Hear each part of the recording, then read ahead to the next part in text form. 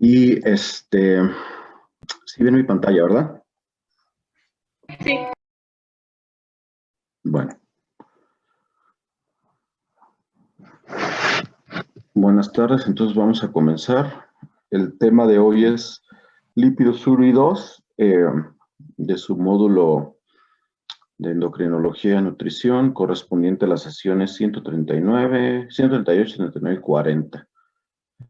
Bueno, como introducción, vamos a tener que, ustedes saben que la importancia de los lípidos radica en que prácticamente se encuentran en todas las células del cuerpo, es decir, tiene una distribución ubicua en todo el cuerpo, forman la bicapa lipídica de todas las membranas celulares, circulan en la sangre y proporcionan energía, por ejemplo, en el corazón y en el músculo, son el sustrato para producir las hormonas gonadales, como la testosterona, y los suprarrenales, como los glucocorticoides, forman una capa surfactante pulmonar que permite mantener los alvéolos abiertos, muy importante en los recién nacidos.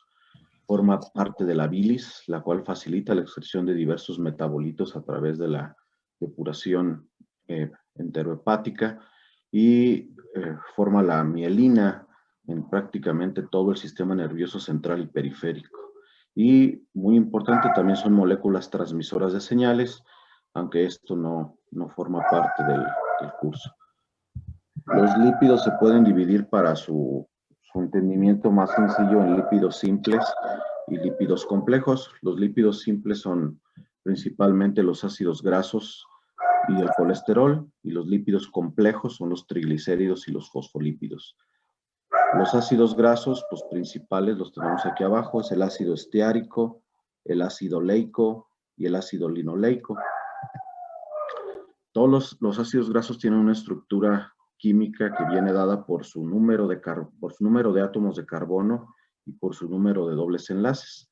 Y así vamos a dividir los ácidos grasos que ustedes conocen en nutrición como ácidos grasos saturados, son aquellos que no tienen dobles enlaces, por ejemplo el ácido esteárico, ¿sí?, que tiene 18 carbonos, los monoinsaturados, que tienen un solo doble enlace, como el ácido leico, y los poliinsaturados, que tienen 2 o más enlaces, como el ácido linoleico. Son ejemplos de tipos de ácidos grasos. También van a escuchar mucho hablar de los otros ácidos grasos, como los omega 6 y los omega 3. Omega 6 son el ácido linoleico y el ácido araquidónico, son los ácidos omega 6, y se les llama omega 6 porque tienen un doble enlace a la altura del 6º átomo de carbono. Los ácidos omega 3, que son el eicosapentanoico y el docosahexaenoico, que es el EPA y el DHA, tienen un doble enlace a la altura del 3er átomo de carbono.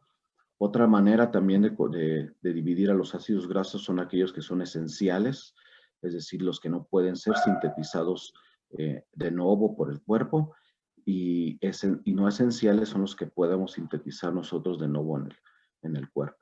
En esta tablita que aparece aquí a su izquierda, pues nada más es un resumen de esto que platicamos aquí para que, con los ejemplos más importantes de los tipos de ácidos grasos. En cuanto a los otros tipos de ácidos grasos complejos, tenemos los triglicéridos. Los triglicéridos, bueno, tienen un esqueleto, una estructura que está formada por glicerol, a la cual se le pegan varios ácidos grasos para formar tres ácidos grasos exactamente para formar el triglicérido. Y tienen que saber que la mayoría de la masa corporal del tejido adiposo está compuesta por triglicéridos. Los triglicéridos que circulan en nuestra sangre reflejan la composición de los ácidos grasos que tenemos nosotros.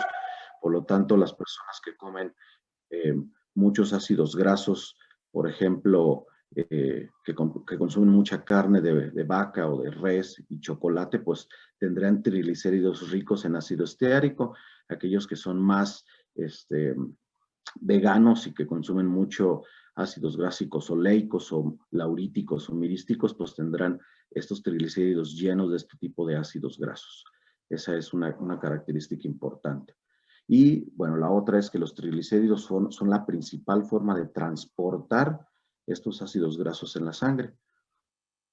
Los fosfolípidos, que son los otros lípidos complejos que tenemos, pues su estructura principal consiste en un esqueleto también de glicerol, con nada más unidos, y un tercer grupo de una molécula de fosfato que a su vez se une a una molécula de un glicolípido que se llama colina, un glicolípido llamado etanolamina o la serina. Y los fosfolípidos pues, son las principales moléculas de las membranas celulares y forman los componentes de las superficies de las lipoproteínas, que es el tema principal que vamos a ver hoy. Entonces, los principales fosfolípidos, pues eso es la fosfatidilcolina, la fosfatidilserina y la fosfatidiletoanolamina. El otro lípido que nos faltaba de ver, el otro ácido graso simple, que es el colesterol, pues ya es completamente diferente a esto que vimos. Ya saben que el colesterol tiene una estructura de un hidrocarburo de 4 anillos, parecido al ciclopentano fenhidroferantreno, la estructura química básica del colesterol, y una cadena lateral de 8 carbonos, del 1 al 8. Y pues el colesterol es necesario para la síntesis prácticamente de todas las hormonas estrogénicas, para las hormonas androgénicas, la vitamina D, la aldosterona, glucocorticoides y evidentemente para la formación de ácidos biliares que van a ayudar a disolver grasas y otros compuestos. Por otro lado, como les comenté, los ácidos, y esto es muy importante, sobre todo para cuando vean lo de diabetes y entiendan por qué las personas con diabetes tienen trastornos de los lípidos y por qué muchas personas cuando llegan a la consulta les preguntan si yo no como grasa, pero de todos modos tengo el colesterol y los triglicéridos altos. La respuesta es muy sencilla. Nosotros podemos formar ácidos grasos de novo sin necesidad de que sean ingeridos en la dieta. Los ácidos grasos que ingerimos en la dieta principalmente pues llegan a través se absorben a través del intestino y entran, para darnos energía, entran a lo que se conoce como la beta-oxidación o el ciclo de los ácidos tricarboxílicos, ciclo de Krebs. Y sin embargo, existe una vía por la cual la glucosa, el azúcar que tenemos, que ingerimos de alimentos no grasosos, obviamente de carbohidratos, por un proceso de glucólisis se transforma en piruvato y el piruvato también puede ser transformado en citrato a través de varios pasos químicos dentro de la célula, principalmente en la mitocondria, y de esta manera la glucosa es capaz de formarse, de transformarse en diversos ácidos grasos, ¿sí? El palmitato, estearetato, etc. También los triglicéridos se pueden formar de nuevo en el cuerpo y algunos fosfolípidos también. Y esto es muy sencillo porque los triglicéridos son almacenados, almacenan más bien ácidos grasos dentro del adipocito y el adipocito tiene diferentes enzimas dentro de su maquinaria sintética, la cual le permite ir degradando estos lípidos sencillos en ácidos grasos y estos ácidos grasos incorporarlos a una molécula de glicerol para formar nuevamente triglicéridos en la sangre, ¿no? Igualmente, a través de otras vías enzimáticas como la del glicerol 3-fosfato, podemos formar nosotros todos los tipos de fosfolípidos que son necesarios para la formación de membranas celulares. Es muy importante que sepan que el adipocito es una célula metabólicamente muy activa y por lo tanto los niveles de triglicéridos se van a ver afectados por muchas hormonas. Hay hormonas que son lipolíticas, las cuales tienen la posibilidad de degradar estos ácidos grasos, como la catecolamina, el glucagón, la adenocorticotropina y la hormona estimulante de tiroides, y hormonas que inhiben la lipólisis y almacenan triglicéridos, como la insulina y la adenosina principalmente.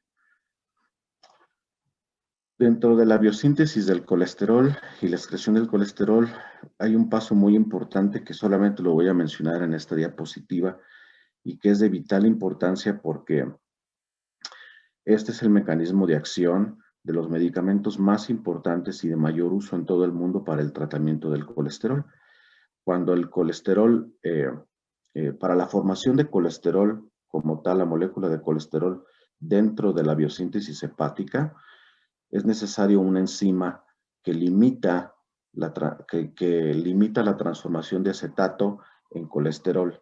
Esa enzima se llama hidroximetilglutarilcoenzima A o HMG-CoA. Esta HMG-CoA requiere de una reductasa para que se transforme finalmente en colesterol.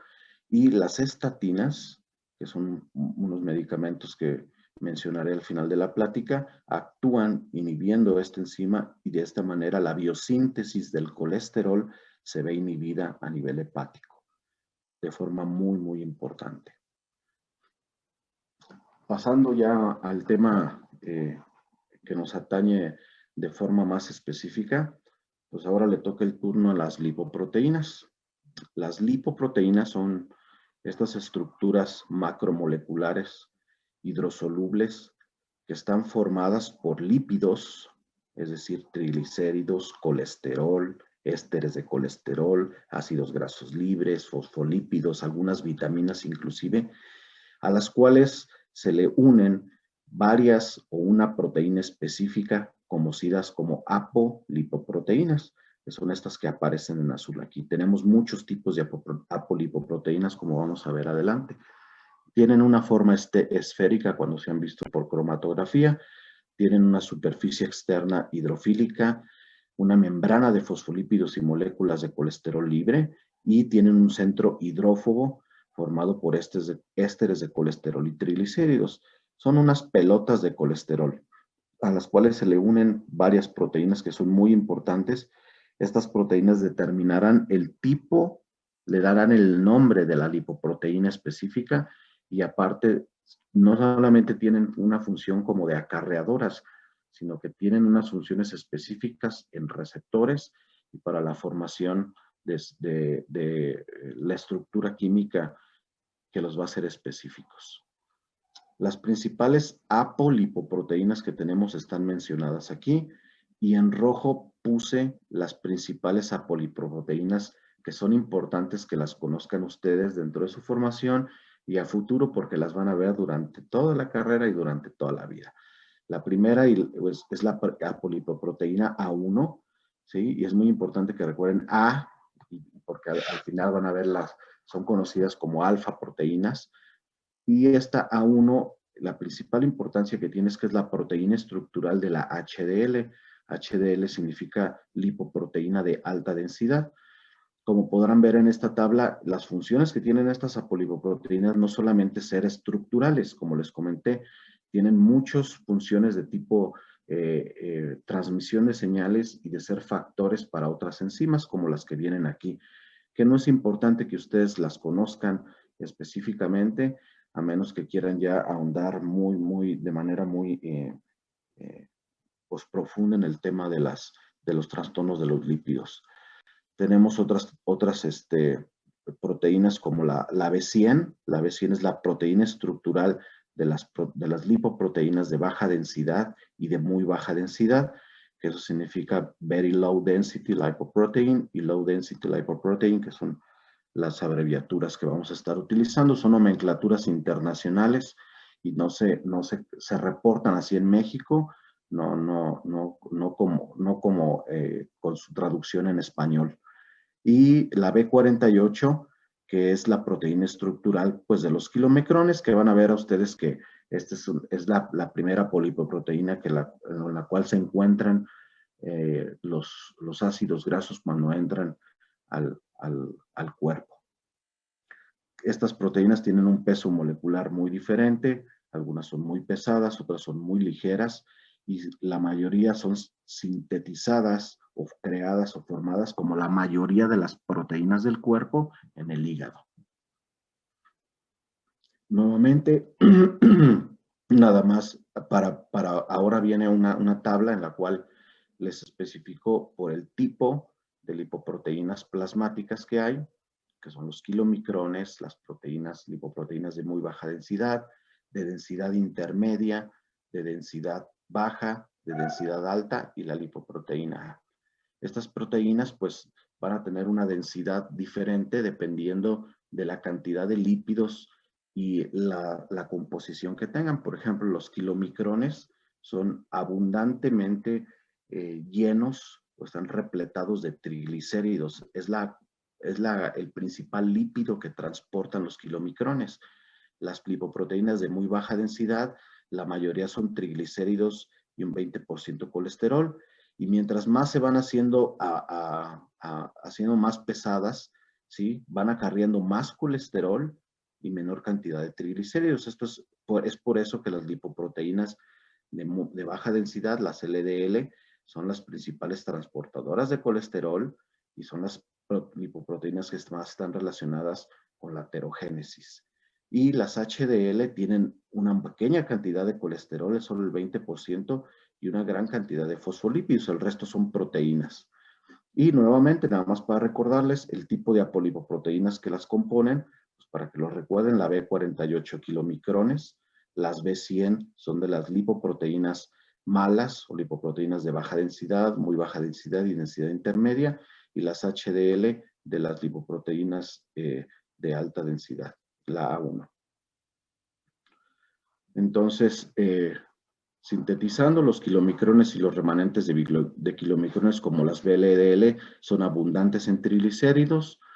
Las lipoproteínas de intermedia densidad, de baja densidad, son ricas en colesterol y las HDL son más ricas en fosfolípidos.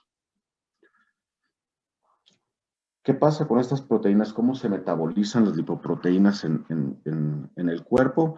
Y pues esto lo tenemos que saber de forma muy precisa porque cuando les esté mostrando las gráficas de cómo son absorbidas, cómo son transportadas, cómo se van degradando, de esa manera, en las siguientes gráficas ustedes van a entender o van a saber cuál es el mecanismo de acción de los medicamentos que dejamos los médicos para el tratamiento de las dislipidemias. Las lipoproteínas tienen dos destinos finales prácticamente. Uno es el transporte de lípidos desde los sitios donde se producen o absorben, es decir, donde se producen en el hígado y donde se absorben en el intestino, hacia los tejidos donde van a ser utilizados o almacenados, como los músculos, la grasa, las glándulas, etc. Y el segundo vía de transporte es el transporte de los lípidos de los tejidos periféricos hacia el hígado para su depuración en la bilis. Entonces, el primer mecanismo de transporte incluye la absorción de lípidos del intestino, ¿sí? A través de diferentes vías enzimáticas que vamos a ver más adelante, en la cual en el enterocito se unen gran cantidad de ácidos grasos libres para formar triglicéridos a la ApoB48 para formar kilomicrones. Estos kilomicrones entran a través del conducto torácico y la sangre y van a través de varias enzimas durante su trayecto hacia el hígado, pues se van deshaciendo de varios lípidos y ácidos grasos que va ocupando el cuerpo o que simplemente son desechados por los mecanismos bioquímicos que hay durante su viaje, hasta formar un kilomicrón más pequeño, que se les conoce como remanentes de kilomicrones, el cual interactúa con receptores específicos en el hígado y es capturado para su posterior uso o transformación. Esta tablita es muy importante, entonces nada más tienen que poner atención en los pasos que puse aquí subrayados en rojo. El primer paso es, pues, el FC significa colesterol libre, el colesterol libre o los ácidos grasos libres que entran de la dieta, de los alimentos que nosotros comemos. Lo primero que sucede es que estos ácidos grasos libres son emulsificados por los ácidos biliares y entran en contacto primero en la superficie de las vellosidades de los enterocitos con una proteína que se le conoce como proteína de Niemann-Pick, similar a C1, eso significa Niemann-Pick C1 like 1, y esta proteína lo que hace es permite la absorción de estos ésteres de colesterol en la dieta hacia el interior del enterocito. Una vez que estos ésteres de colesterol del enterocito entran en contacto con el retículo endoplásmico principalmente, existen unas enzimas que lo van a transformar en ésteres de colesterol, ¿sí? Y esta enzima se llama ACAT2. Esta enzima transforma estos ésteres de colesterol y posteriormente estos ésteres de colesterol se van a ir pegando. Acuérdense que los kilomicrones están formados principalmente por ésteres de colesterol, pero hasta el 80% son triglicéridos. Entonces, ¿cómo se formaron los triglicéridos que formaron esta madeja de triglicéridos aquí que se pegaron a la B45 para formar el kilomicrón maduro? Enzima, que es esta proteína que se le llama proteína de transferencia de transferencia mitocondrial, que lo que hace es transforma estos ésteres de colesterol, pega ésteres de colesterol, 3 ésteres de colesterol junto con una molécula de glicerol para formar triglicéridos y de esta manera forma kilomicrones. Esta molécula fue conocida apenas recientemente, le estoy hablando del año 2002, y es muy importante que vean cómo esta enzima es un paso limitante para la formación de las grasas ya maduras. Por lo tanto, su inhibición actual, aquí ni siquiera en esta diapositiva aparece como parte de los medicamentos que se utilizan. Su inhibición actual por algunos medicamentos, recuérdenla, la MTP, y cuál es su función, se puede inhibir y de esta manera no se forman kilomicrones, no se absorben grasas y de esta manera todas las grasas en la sangre pueden disminuir. Obviamente es un medicamento muy potente. Existen otros medicamentos como la ezetimiba, que es un medicamento que actúa inhibiendo esta enzima, este receptor, ¿sí?, proteínico que se encuentra en la superficie del enterocito, la proteína de Niemann-Pick tipo 1, que es bloqueada por la ezetimiba.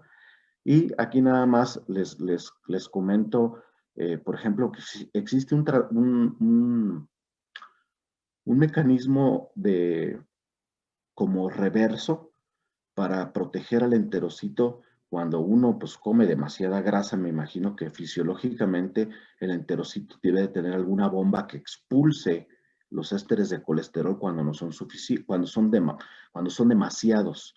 Esta bomba que está aquí, que se le llama ABC G5 y 8, ¿sí? ABC viene de cassettes de unión ATP. Lo que hacen es exportar el colesterol del interior del enterocito, el lumen, y se ha descubierto que una mutación en esta proteína produce una enfermedad severa en los niños que se le llama citoesterolemia, en la cual la grasa se va acumulando en el enterocito y de esta manera no puede salir y produce un problema muy serio en la acumulación de grasas dentro del intestino y mala absorción de vitaminas, etc.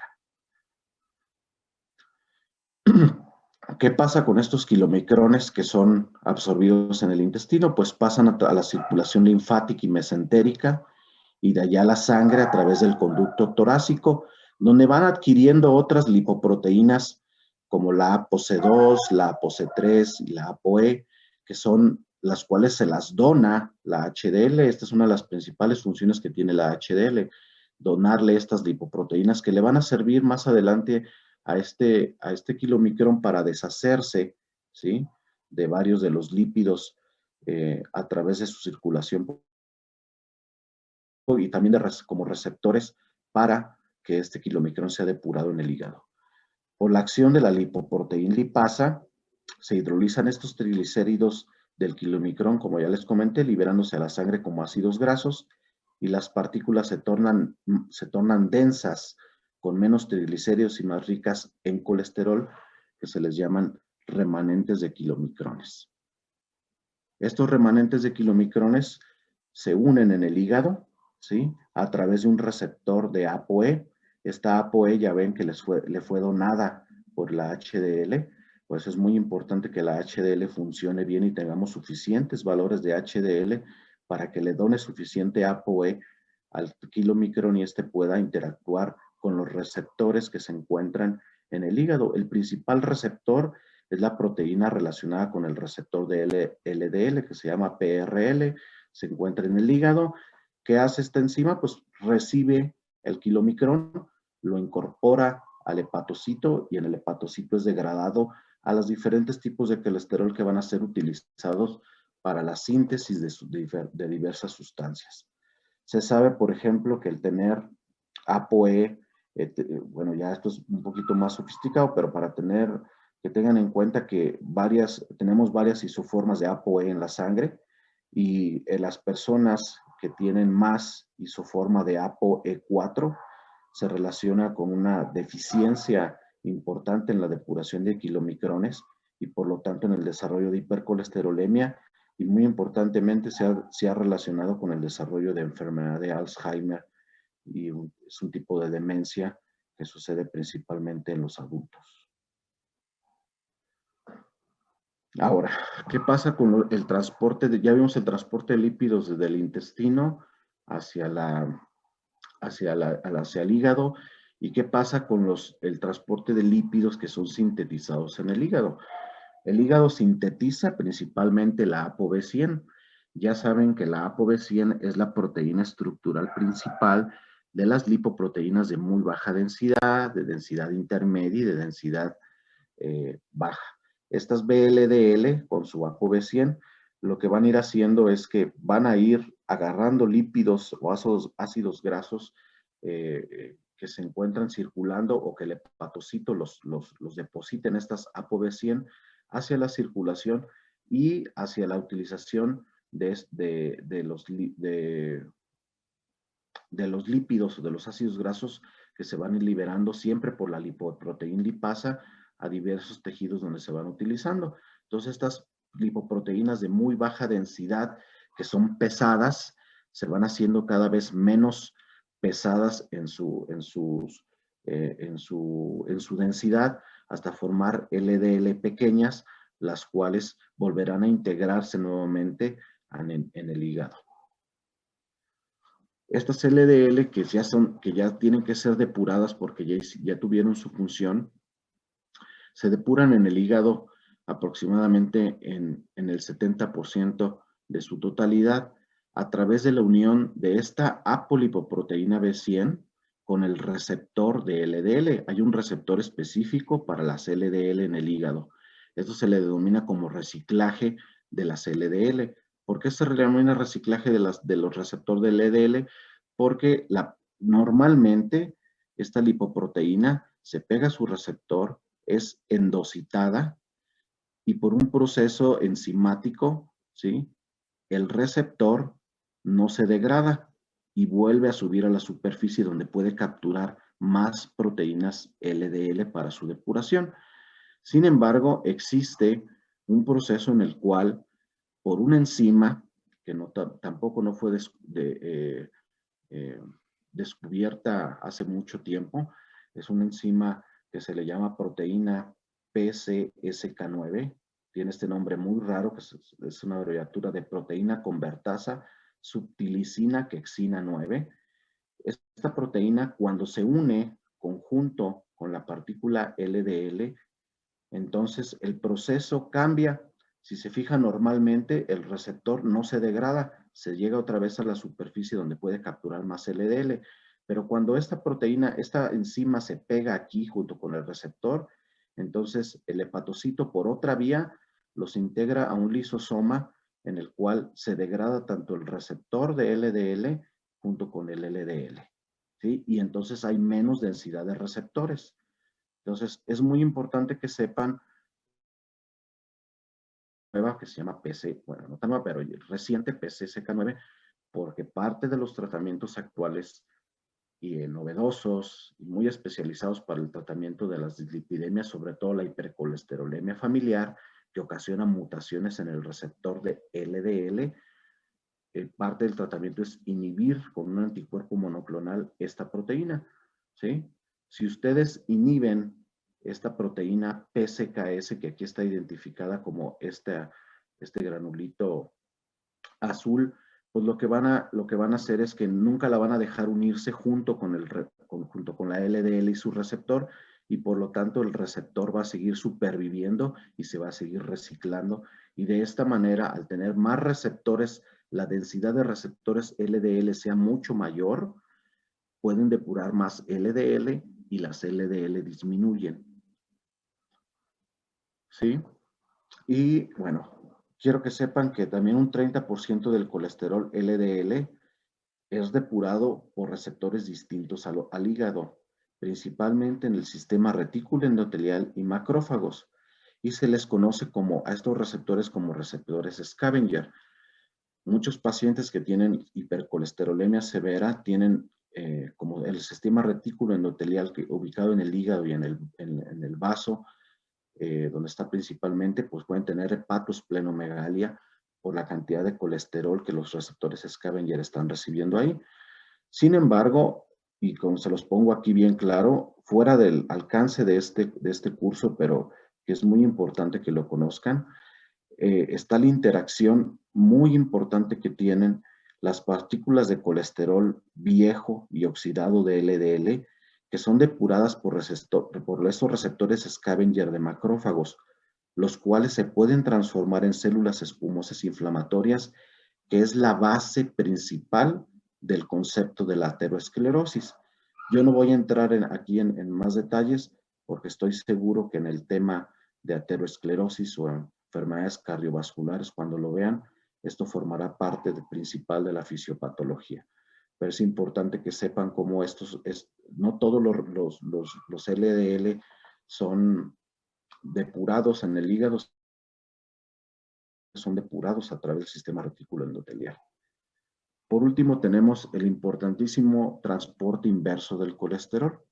El transporte inverso de colesterol nada más quiere decir que el colesterol que no se degrada, que no se utiliza en los tejidos periféricos, requiere que sea regresado hacia el hígado para utilizarse o excretarse y que no ande volando, no ande libre, ¿sí? Y que no se pueda unir a las lipoproteínas de baja densidad si no suben y si no hay lipoproteínas de baja densidad que son altamente cargadas en colesterol y listas para tapar las arterias. A este proceso, que se le conoce como transporte inverso del colesterol, está principalmente mediado por las lipoproteínas de alta densidad. Lo que hacen estas lipoproteínas de alta densidad, que son pequeñas cuando van haciendo en el hígado, ¿sí? Y que tienen en su superficie la lipoproteína que las caracteriza, que es la ApoA1, pues van uniendo este colesterol que está circulando en la sangre. ¿A través de quién? El principal donador en los tejidos periféricos van a ser los macrófagos, por varios mecanismos que incluyen principalmente una enzima conocida como ABCA1, que lo que hace es transportar este colesterol a las HDL hasta que las hace grandotas, las llena de colesterol suficiente. ¿Para qué motivo? Para que estas HDL se vayan al estómago ya que están maduras y se vayan al hígado ya que están maduras y por otro receptor que se encuentra en el hígado, no va a ser el receptor de LDL porque estas son HDL, es el receptor SRB1, sean capturadas estas moléculas de HDL y de estas maneras sean depuradas en la sangre. Y nuevamente el colesterol se ha eliminado. Es muy importante que vean también este paso con las lipoproteínas de baja densidad, las cuales también son capaces de donar unas grandes cantidades de LDL hacia las HDL y de esta manera, por eso las HDL se le denomina el colesterol bueno, porque anda como que limpiando la cantidad de colesterol que se encuentra en la sangre, ¿sí? Para que no haya niveles altos en ella. Por último, tenemos otros tipos de, ¿cómo afectan otros tipos de receptores nucleares y hormonas los lípidos?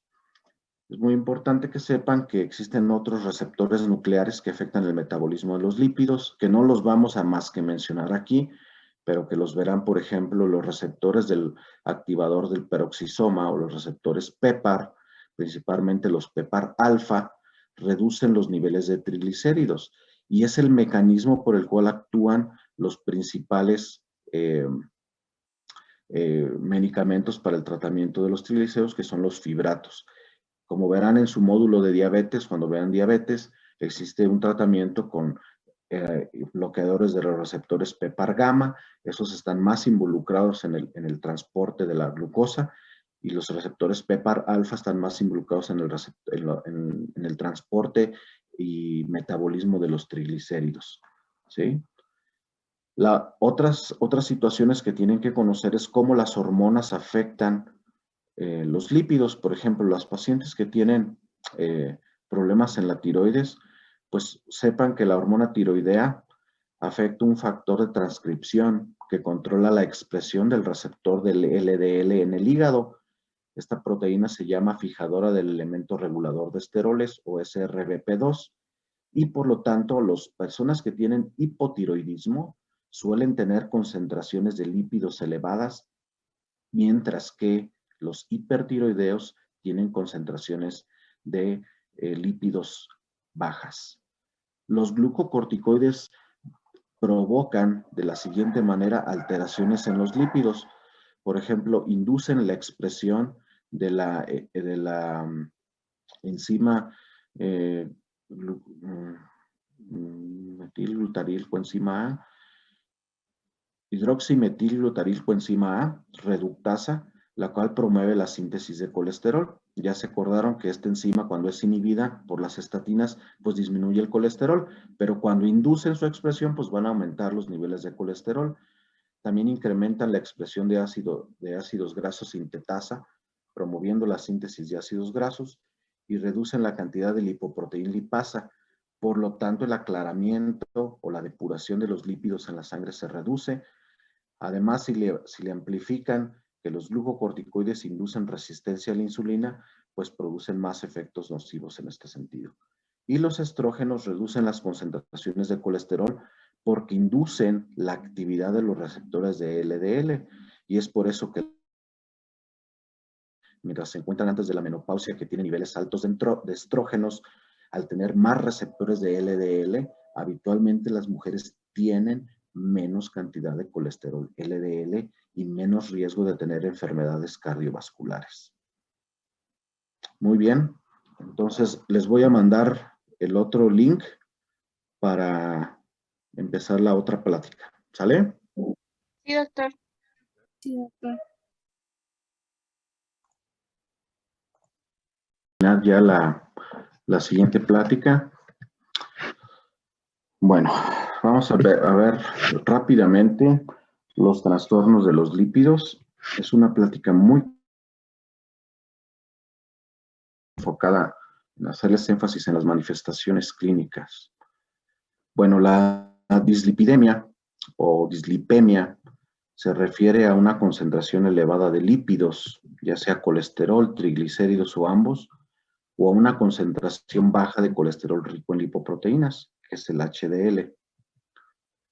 Las dislipidemias las podemos clasificar en primarias y secundarias, y estas dislipidemias, los trastornos primarios, pues suelen ser enfermedades obviamente genéticas, ¿verdad? Que afectan uno o más genes que están involucrados en los receptores o en el metabolismo o en la síntesis de colesterol. Aquí en esta tabla les pongo los principales defectos o trastornos primarios de la hipertrigliceridemia. La primera el más importante es el déficit de lipoproteína lipasa, el cual es una enfermedad de transmisión autosómica dominante y que por lo general afecta de dependiendo de la población, 1 en 500 a 1 en 4,000 individuos. Esa es su prevalencia, entonces es bastante frecuente. De la hipercolesterolemia, el trastorno principal y el que nos vamos a enfocar es en la hipercolesterolemia familiar. Se debe a también es un trastorno autosómico dominante donde varios genes pueden estar implicados. Cuando están incrementados el colesterol y los triglicéridos como característica de esta dislipidemia, pues lo más común es que se trate de una hiperlipidemia combinada familiar, el cual suele ser un trastorno poligénico, que lo vamos a ver muy, muy levemente, y cuando hay niveles bajos de HDL, como la hipoalfa-lipoproteinemia familiar, que es la forma más común, también es un trastorno genético, habitualmente este es autosómico recesivo y pues, se caracteriza por niveles prácticamente indetectables de HDL.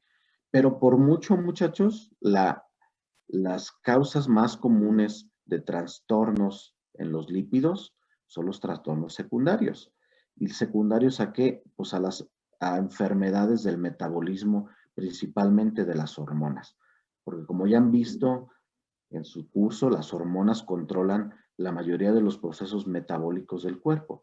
Y la diabetes mellitus va a aparecer junto con el síndrome metabólico y la obesidad como las enfermedades principales que se asocian a trastornos del triglicéridos, a trastornos del colesterol y los triglicéridos y a las bajas HDL, aunque aquí no lo mencione.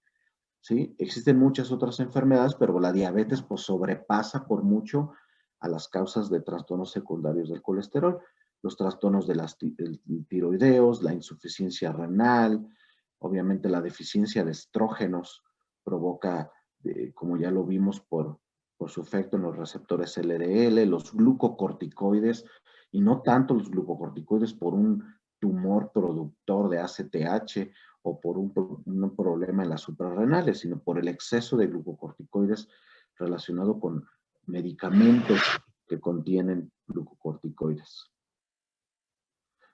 Esta es la clasificación más aceptada, aunque una de las menos utilizadas para el tratamiento, la clasificación de los trastornos de los lípidos, fue descrita por Fredrickson, se le conoce como la clasificación de Fredrickson. En la OMS viene como Fredrickson, Less y Levy, reconociendo a todos los autores de este tipo. Son 5 tipos de dislipidemias, ¿sí? La tipo 2 tiene una 2A y una 2B. Y bueno, la tipo 1 se caracteriza por niveles muy elevados de triglicéridos, niveles normales o ligeramente elevados de colesterol. La principal lipoproteína que está aumentada pues, son los kilomicrones, que son los que tienen más triglicéridos, y su relación con aterogénesis es prácticamente ninguna. ¿Sí? El nombre médico con el que la pueden encontrar es como hiperkilomicronemia, y es una enfermedad bastante rara. El tipo 2A se caracteriza por niveles de triglicéridos normales, niveles muy altos de colesterol total, donde la lipoproteína principalmente aumentada es la LDL, su riesgo de aterogénesis es muy alto y se conoce como hiperbeta lipoproteinemia. ¿Se acuerdan que les dije que recordaran mucho las tipos de apoproteínas que formaban parte? ¿Sí? La B100 y la A1, y de ahí viene el alfa de A1, alfa 1, y la beta de B100, ¿sí? Para que de esta manera se acuerden. Y la tipo 2 se relaciona mucho o produce niveles elevados de triglicéridos muy poco, niveles muy altos de colesterol total. La lipoproteína principalmente está aumentada, es la LDL y la VLDL. También se asocia con mucha aterogénesis y se le conoce como hiperbetalipoproteinemia con niveles altos de VLDL. La tipo 3 tiene niveles moderadamente altos de triglicéridos y de colesterol total. La principal lipoproteína aumentada son lipoproteínas de baja densidad beta o densas, y las de densidad intermedia también se relaciona con aterogénesis, y el nombre con el que se conoce es disbeta lipoproteinemia. La tipo 4 con niveles muy altos de triglicéridos, niveles normales o elevados de colesterol total. La lipoproteína aumentada es la VLDL con aterogénesis en una moderada o alta asociación, y se le conoce como hiperbetalipoproteinemia.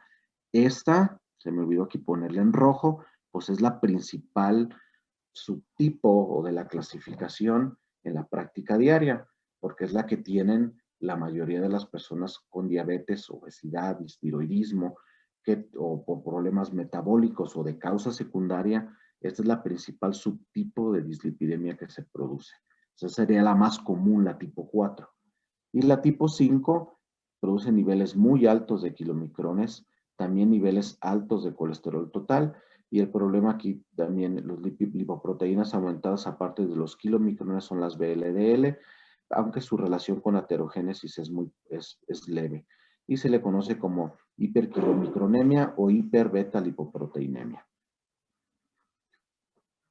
Fenotípicamente, ¿sí? La clasificación fenotípica de la dislipidemia, ustedes se pueden encontrar, y esto es más común hablando ya de una manera muy fácil de decirlo, es cuando nosotros vemos en un perfil de lípidos que solicitamos de un paciente que tiene solamente aumento del colesterol LDL, le llamamos como hipercolesterolemia aislada.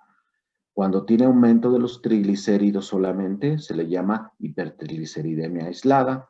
Cuando tiene aumento de colesterol y triglicéridos, se le llama como hiperlipidemia mixta. Y cuando el colesterol HDL bajo está aislado, se le denomina así, disminución del colesterol de HDL únicamente. ¿Cuáles son las manifestaciones clínicas que dan las dislipidemias? ¿Cómo hacemos el diagnóstico clínico de las dislipidemias o qué síntomas producen las dislipidemias? Y bueno, los síntomas más frecuentes que producen las dislipidemias son cansancio, fatiga, dolor de cabeza, mareos, insomnio, problemas de memoria, dolor de huesos, dolor de piernas, colitis, agruras y edemas de pies. Esto, muchachos, son los principales síntomas que la gente cree que producen las dislipidemias.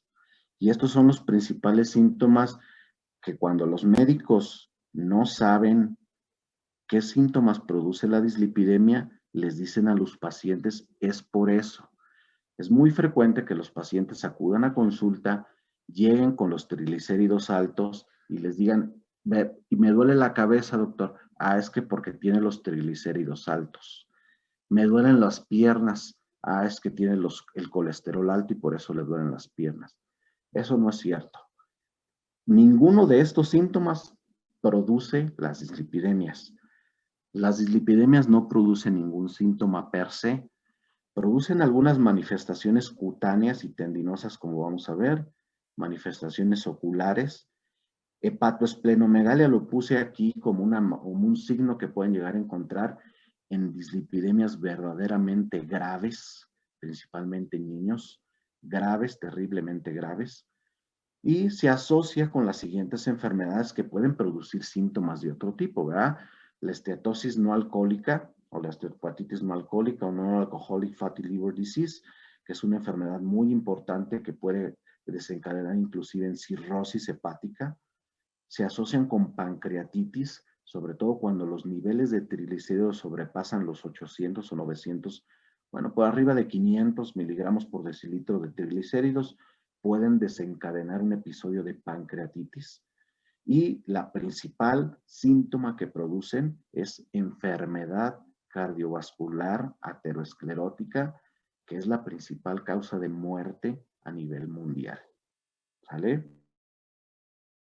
Cuando ustedes tengan un paciente en la consulta y les llegue y vean un perfil de lípidos, si tiene triglicéridos altos, y les dice el paciente que les duele la cabeza seguido, no le vayan a decir que es porque tiene el colesterol alto, ¿vale? Entonces, el trastorno más importante en el que me voy a enfocar, porque es el que más impacto tiene en el que pueden hacer ustedes, es en la hipercolesterolemia familiar. Es el verdadero asesino serial. La hipercolesterolemia familiar es un trastorno genético. Está causado por la mutación de uno o más genes que son muy críticos para el metabolismo del colesterol LDL. Se asocia con niveles variables, pero frecuentemente en extremo elevados de colesterol LDL y propensión importante a tener enfermedad cardiovascular aterosclerótica de inicio temprano. Las alteraciones más frecuentes son genéticas, obviamente, son mutaciones en el gen del receptor de LDL. Esa es la principal, el 85 al 95% de los casos. Mutaciones de ganancia, es decir, esa proteína que les mencioné que funcionaba como un señuelo para la degradación del receptor de LDL que se llama PCSK9, está muy aumentada y por eso se degrada más el receptor en el 2 al 4%. Y en el gen de la ApoB, que son mutaciones de ganancia en el gen de la ApoB, se secreta mucha apolipoproteína B y por lo tanto hay más colesterol LDL del 1 al 12%. son las principales. Es un trastorno autosómico dominante y tiene una prevalencia mundial homocigota, es decir, los dos genes, heredas un gen del papá y un gen de la mamá, de 1 en 300,000 y 1 en 400,000. Pero mucho ojo, heterocigotos 1 en 300. Entonces estoy muy seguro, casi seguro que alguna vez van a ver un paciente con hipercolesterolemia familiar. Y esos hay que reconocerlos muy temprano. Así, cuando vean a sus compañeros ya nuevamente que ya regresen a presencial, pues ahí le van a empezar a checar la piel o ustedes mismos si han tenido alguna lesión como las que vamos a ver. Los criterios diagnósticos de hipercolesterolemia familiar son 3, o pueden agarrar el que ustedes quieran y son muy fáciles, ¿sí? El más utilizado es el de la Asociación Americana del Corazón. Estos criterios dicen que si una persona tiene colesterol LDL por más de 190 y ya sea que tenga un familiar de primer grado, su papá, su mamá, sus hermanos, con un colesterol de LDL mayor de 190 también, o que alguno de sus familiares de primer grado haya fallecido o haya tenido una enfermedad coronaria prematura, se infartó el papá antes de los 55 años, el hermano antes de los 55 años, o mujeres menores de 60 años de edad, con esto es suficiente para decirle al paciente que tiene hipercolesterolemia familiar. Para estudios de investigación, pero también lo hacemos en la práctica clínica, se utilizan los criterios de la clínica de lípidos holandesa y los sistemas de la clasificación de los criterios diagnósticos de Simon-Brun.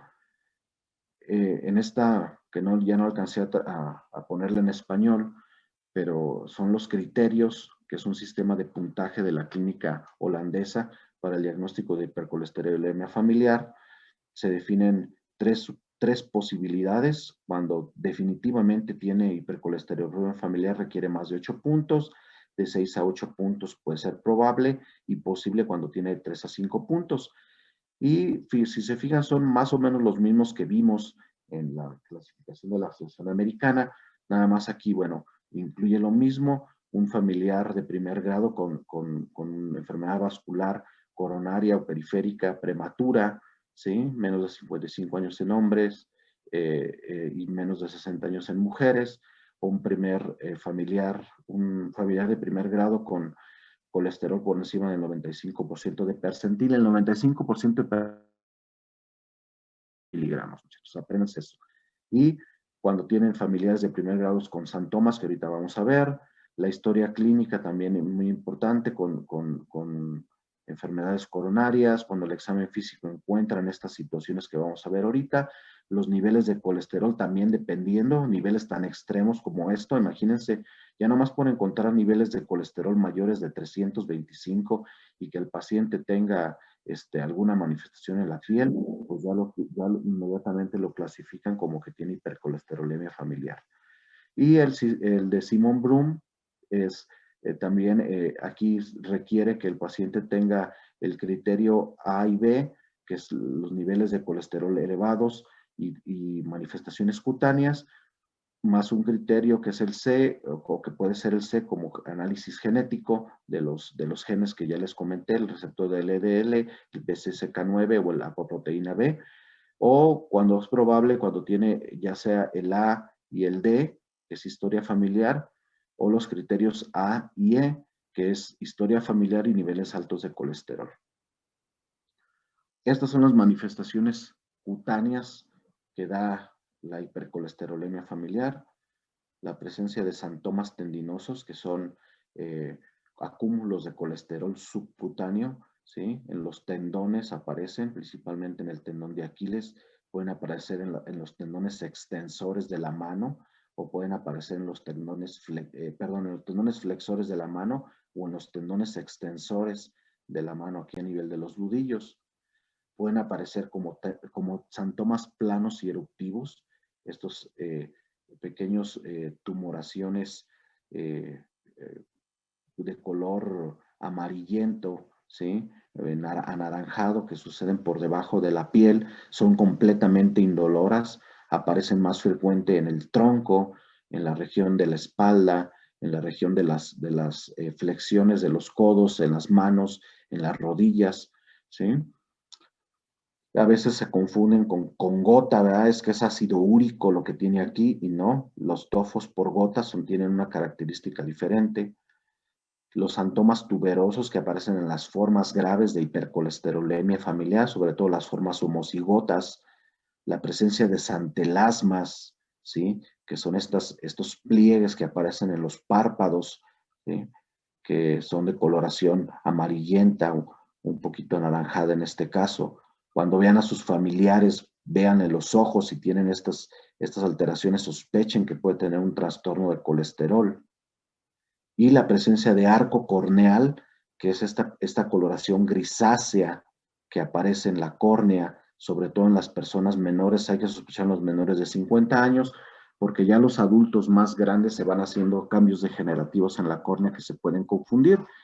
Y a veces, pues de forma pues fortuita, los oftalmólogos al revisar un fondo de ojo de un paciente, pues encuentran la retina llena de colesterol, ¿verdad? Y nos dicen, ¿sabes qué? Chécale el colesterol a tu paciente porque la retina está retacada de colesterol. Este es el caso de un paciente con hipercolesterolemia familiar, mocigota, vean los santomas de tipo eruptivo en los pliegues anales, tuberosos en los pliegues anales, eruptivos en las rodillas, santomas tendinosos en los tobillos, santomas tendinosos en el dorso del pie, detrás de la oreja y la presencia de santelasmas. Todos los tipos de santomas los tenía este chamaquito. Tenemos otros tipos de hipercolesterolemia que no nada más las voy a mencionar, son para que ustedes les den una revisión básica porque no son tan relevantes. La principal que tienen que conocer es la hipercolesterolemia familiar. La hipercolesterolemia poligénica, que es otra de los tipos de hipercolesterolemia primaria, pues se clasifican hacia los pacientes cuando tienen criterios de hipercolesterolemia familiar, pero no se identifica una mutación genética única, que es aproximadamente el 20% de los pacientes. La hiperlipidemia familiar combinada, que la padece del 1 al 2% de la población, y está muy relacionada con lo que es el síndrome metabólico, la diabetes tipo 2 y los trastornos metabólicos que ocasionan la obesidad y los problemas con las hormonas, y se va a caracterizar por lo que vemos comúnmente, niveles elevados de colesterol LDL no tan altos, triglicéridos altos y apolipoproteína B alta. Y es un trastorno poligénico, no hay un gen precisamente involucrado que culmina con la sobreproducción de apolipoproteína B hepática. Las abeta-lipoproteinemias se caracterizan por una deficiencia en la proteína de transporte microsomal y esta pues es completamente diferente a las hiperlipidemias. Esto lo que produce es niveles de colesterol casi en cero, porque si se acuerdan, esta proteína que aquí me falta una M, es MTP, es la que ponía los ésteres de colesterol en la membrana del enterocito, los transformaba a triglicéridos uniéndoles una cadena de glicerol y los incorporaba a los kilomicrones. Al no formarse kilomicrones, pues la cadena de suministro de colesterol se pierde desde el principio y los niveles de colesterol pues prácticamente están en cero. La hipobetalipopproteinemia es un trastorno en el cual esta proteína está funcionando no tan mal, es decir, está afectada su función pero no al 100%, y los niveles de colesterol LDL casi están en cero, casi no llegan a ser cero, pero están muy bajos también, y se cree que es uno en 10,000 personas. Y la hipertrigliceridemia aislada, que es una enfermedad frecuentemente que también se van a encontrar, no tiene una causa, la mayoría de las causas son poligénicas, la principal es la diabetes, los problemas renales, los problemas de tiroides son muy frecuentes en la práctica clínica, los trastornos de la alimentación, aunque no tengan diabetes, hipertensión, síndrome metabólico, aquellos que son muy comelones y comen muy mal, que todavía no son diabéticos, ¿verdad? la mayoría van a tener niveles elevados de triglicéridos, aunque existen raras formas monogénicas, principalmente relacionadas con el gen de la lipoproteína lipasa, que van a provocar hipertrigliceridemia severa, aislada.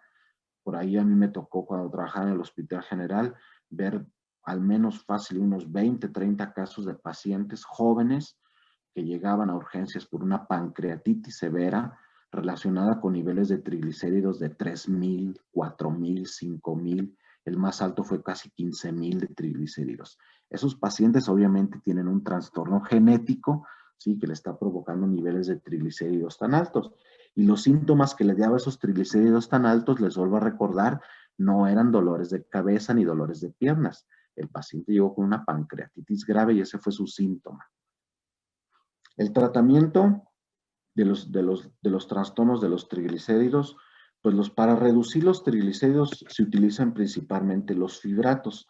Ya les mencioné dónde actúan los fibratos. Los fibratos actúan en un receptor que se llama receptor del proliferador de peroxisomas alfa, el cual provoca un aumento en la actividad de la lipoproteína lipasa y de esta manera disminuye los niveles de triglicéridos. Los principales son el gemfibrosilo, de los que hay en México, el fenofibrato, aquí también en México también se me olvidó poner el ciprofibrato y el besafibrato. Por mucho, el más común de utilizar es el besafibrato, ¿sí? Porque es el más económico, es efectivo también para estas enfermedades. El principal efecto colateral que tienen estos medicamentos es que pueden producir algo que se les llama miopatías por fibratos, es decir, inflamación en los músculos. El que menos se asocia con miopatías por fibratos es el fenofibrato, pero la mayoría de ellos son muy seguros de utilizar. Otro tratamiento que se utiliza son las altas dosis de ácidos grasos omega 3. Estas altas, y mencioné altas dosis porque es muy frecuente que las mamás y los papás estén tomando, que se compran sus ácidos omega 3 para mejorar el colesterol. Pues primero es una mentira, ¿verdad? Los ácidos grasos omega 3 no mejoran los niveles de colesterol, disminuyen los niveles de triglicéridos, pero cuando se utilizan a alta dosis.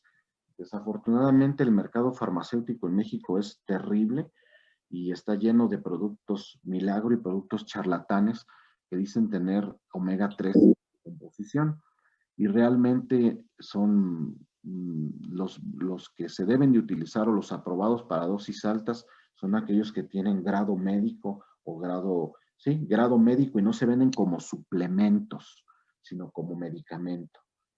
Las estatinas, es muy importante, las estatinas que inhiben la enzima metilglutarilcoenzima A, ¿sí? Hidroximetilglutarilcoenzima A, que disminuye los niveles de colesterol, no de triglicéridos. Entonces, cuando tienen un paciente con hipertrigliceridemia, y esto es bien frecuente que uno lo vea, le recetan estatinas para disminuirle los niveles de colesterol, de colesterol, y él tiene hipertrigliceridemia, pues no es un tratamiento apropiado, ¿verdad? Porque solamente reducen al 10 al 15% los triglicéridos. Obviamente un paciente con hipertrigliceridemia grave que no se controla con fibratos, no alcanzas los niveles de objetivo de niveles de colesterol, de triglicéridos, tiene 800 de triglicéridos, le das besafibrato a dosis alta y llega a 330, pues a lo mejor disminuirle un 10, un 15% más los triglicéridos usando estatinas te puede ayudar. Pero el tratamiento inicial para la dislipidemia por triglicéridos son los fibratos. La ezetimiba también se utiliza. Ya vimos dónde actuaba la ezetimiba, en esa proteína transportadora en la membrana luminal de los enterocitos, que se encargaba de absorber los ácidos grasos libres desde el enterocito e incorporarlos a formar kilomicrones. Entonces, si le das ezetimiba a un paciente, vas a inhibir esa enzima y se van a absorber menos ácidos grasos para metabolizar a triglicéridos y de esta manera los triglicéridos disminuyen. Para el tratamiento, para reducir los niveles de colesterol LDL, las principales que se utilizan son las estatinas.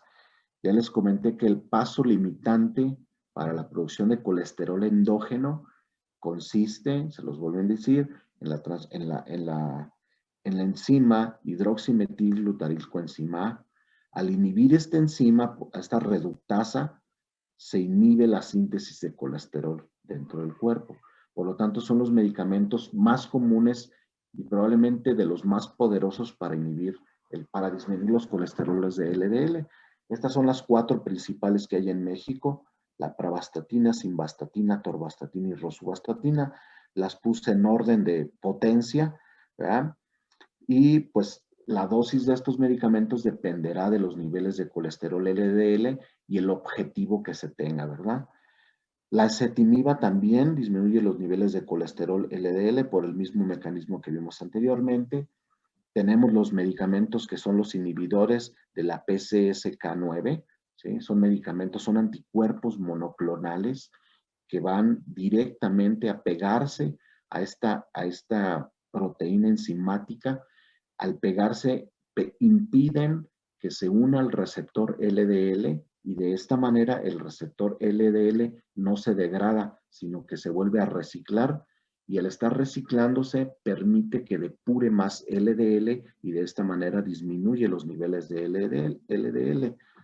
Muy recientemente se encontró una nueva proteína que se le llama angiopoietina tipo 3, la cual es un potente inhibidor de la lipoproteína lipasa.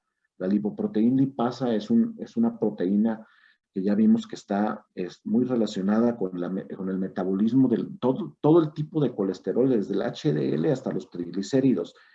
Este anticuerpo monoclonal, al inhibir esta proteína, reduce de manera muy intensa los niveles de colesterol LDL. Yo no la conozco, nunca la he utilizado, no sé ni siquiera si existe en México, y se las comento porque lo tienen que saber. Otro medicamento muy importante que se descubrió a partir del 2002 con ese paciente les comenté, un paciente que se le descubrió que tras su problema de colesterol se creía que se debía a un trastorno de hipercolesterolemia familiar, y lo que se le descubrió es que tenía un problema en la proteína de transferencia de triglicéridos mitocondrial en el enterocito.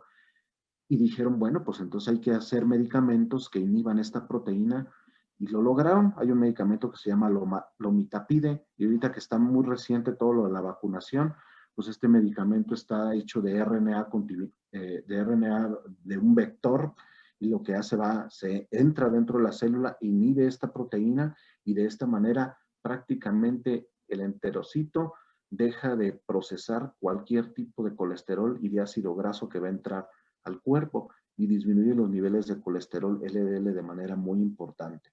Obviamente, estos medicamentos, este orden que les estoy poniendo probablemente es el orden de uso de los medicamentos en primer mundo. Cuando son resistentes las dislipidemias estatinas, le agregamos ezetimiba. Cuando no resisten, inhibidores de PCSK9, si no, ibinicumab, lomitapide, etc. Y por último, se utiliza también la féresis del LDL. Es un proceso en el cual se coloca un catéter central, y a través de no un catéter central, se coloca un catéter largo en la sangre a través de guías para prácticamente ser como un tipo, imagínense un tipo de hemodiálisis, pero únicamente de lipoproteínas de baja densidad. O sea, es decir, sacarle la grasita, exprimirle la grasita nada más. La féresis de LDL, a mí me tocó ver un paciente que se la hacían porque tenía hipercolesterolemia familiar grave. Es el único paciente que conozco que se lo hacían cuando estaba en Guadalajara. Es un procedimiento muy caro, más o menos una sesión de aféresis de LDL andará costando alrededor de 100,000 pesos, y se tiene que hacer cada 15 días o cada mes. Imagínense. Y por último, algo que se hace también en primer mundo es el trasplante de hígado, porque finalmente, si el problema está, la mayoría de los casos de hipercolesterolemia familiar, en el hígado. Es el que produce el receptor de LDL y es el que se encuentra mutado en la mayoría de las personas que tienen este problema. Entonces, el trasplante de hígado corrige el problema de fondo, aunque pues ya saben, los pacientes con trasplante de hígado, aunque si quitamos la mortalidad que tienen de cuando se hace el trasplante, la mortalidad temprana después de trasplantarlo, relacionada con que se infectó o tuvo complicaciones por el trasplante, pues son pacientes que tienen que vivir toda la vida tomando inmunosupresores para evitar el rechazo de trasplante. Muy bien. Por último, ya nada más les dejo esta perla de cómo calcular el colesterol LDL. Cuando no les reporten colesterol LDL en un perfil de lípidos, el colesterol LDL se puede calcular con el colesterol total menos la HDL, menos la suma del colesterol HDL más los triglicéridos entre 5. Y les va a dar la concentración de colesterol LDL que tiene el paciente. No sé si tengan alguna pregunta, alguna duda.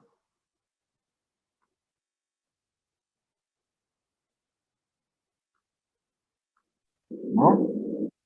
Creo Creo que no. que Creo no. que no. Bueno, entonces ya nada más me falta una plática que es las neoplasias endócrinas múltiples. No sé cuándo tienen su tercer parcial o su final, no sé qué sea ya. El 8 de julio. Ok, Ya el entonces, final. ¿tienen chance el lunes a las 2:30 para la plática?